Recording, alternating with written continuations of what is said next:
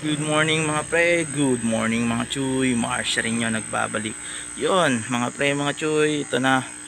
Magko-collect ako ng GBT fry natin o kung tawagin ay Golden Blue Tail dahil medyo masikip na and lumalaki na. And gagawan ko pa ito sila ng sariling yung growing tab kasi medyo kinulang ako ngayon.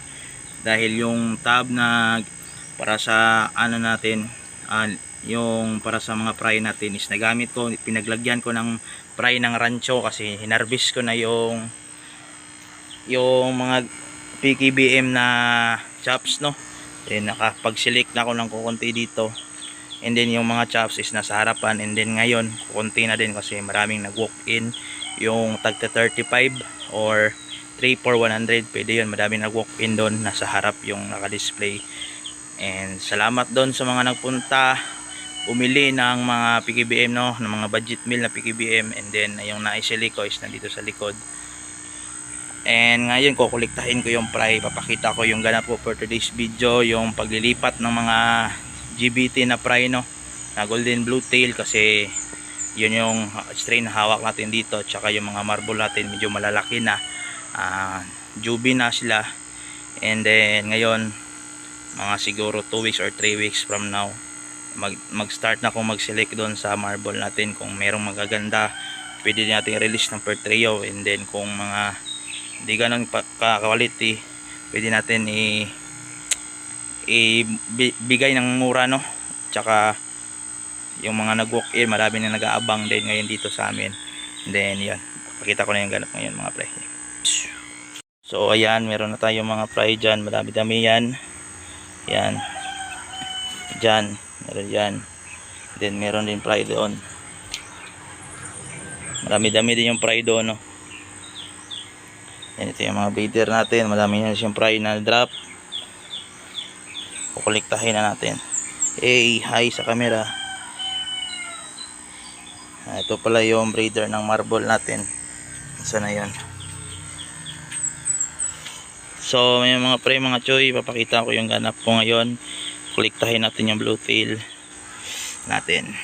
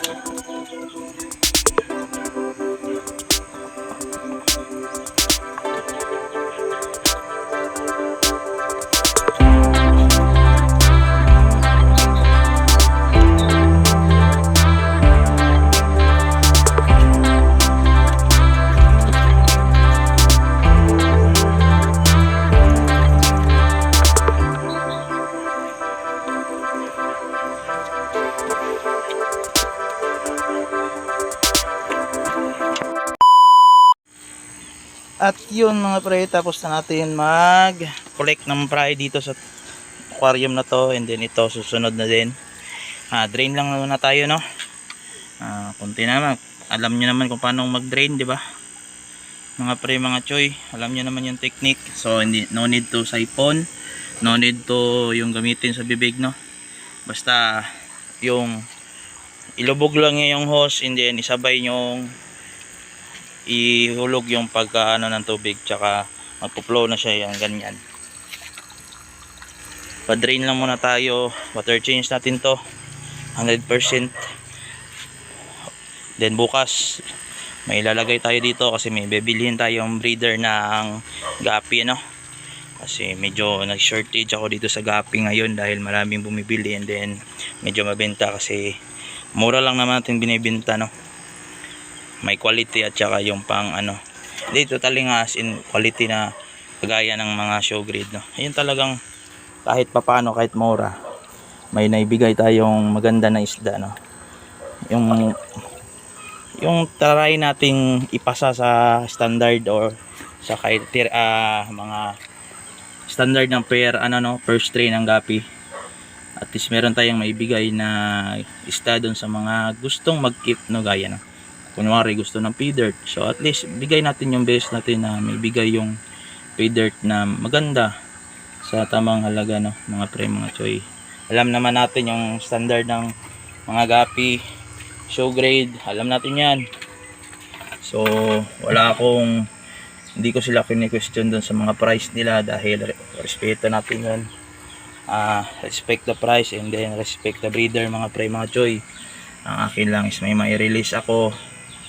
Hindi naman ganun kaganda din yung breeder na binibili ko, no. At least pang pet quality, pero may dating na din kahit papano. Yan, mga pre, mga choy, konting galaw-galaw ng tubig para makuha yung mga ilang dumi.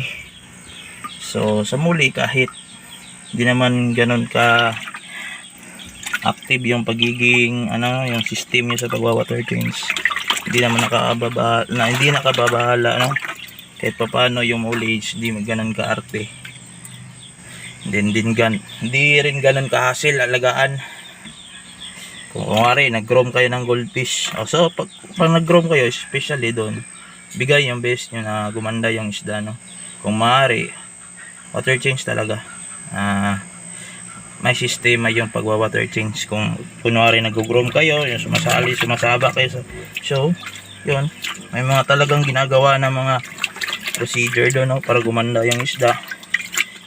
Pagpapakain, tamang sistema ng pagpakain, no, iwas sa live foods pag malamig, kasi pwedeng hindi matunawan yung isda natin, and then yun ang kukos ng pagkamatay nila, mga pre, mga choy. So yun, mga pre, no, hindi ko na pinakita yung mga iba pang ginawa ko dahil baka maboboringan kayo. And tapos ka na i-drain, no. Dito napakita ko, ito hindi. So nilipat ko na yung fry doon, pakita ko mamaya yung fry. Ito yung nakunan ko ng tubig, yan, 50%. And then ito yung breeder ng feeder tsaka yung Dombo Air Mosaic. So ito yung mga fry natin. Yan, medyo madami-dami ito, yan, kita ko. Yan, nakadami yung golden blue tail natin. Yan. So medyo hindi pa sila fully developed, no. Yung mga pins nila is di pa ganun ka ganda. So at least meron tayong ahabangan soon. Kung sakali mang merong magaganda dito, tsaka pwede nating i-out sa mga nakaabang, no, sa gustong mag-avail, abang-abang lang. At napakita ko ito, wala pang out, no. Meron namang mga nauna, pero yun ay ginamit ko muna, no. Ginawa ko muna ng breeder na pinapaganda ko, din gagawin kong breeder. So ito yung sa second aquarium, din ito yung first aquarium. Itong first na aquarium around 80 plus to yung first na aquarium. Then yung second aquarium, second aquarium parang mga 60 to 70. Yan. So for today's video, mga pre, no, sa paglilipat ng mga fry doon sa JBT, no, golden blue tail. So yun, mga pre, yun lang muna for today's video, no. Sorry kung di ganun kaganda yung content natin, pero ginawa ko na, sinikap ko na magparamdam ngayon dahil medyo matagal-tagal din tayo hindi nakapag-upload, medyo busy. Then nagdaan yung Holy Week, no, and then pumunta tayo doon sa lugar nila mama para makabisit sila doon and makagala konti dahil nag-reunion sila magkakapatid. So abang-abang lang soon yung mga pwede nating ipang-release dahil sinisilip ko na ngayon mga around 4 to 5 trio lang yung available PKBM. na Pulmas Blue Eyes mga pre mga choy. Pangabang doon sa page na Aquadi Aquatic Shop mga pre mga choy. So paki-like yung page natin mga choy dahil hindi pa tayo nag 1k. Nag-like mga around 500 pa ata yun mga pre. Ay mga pre mga choy. So yun mga pre, mga share nyo.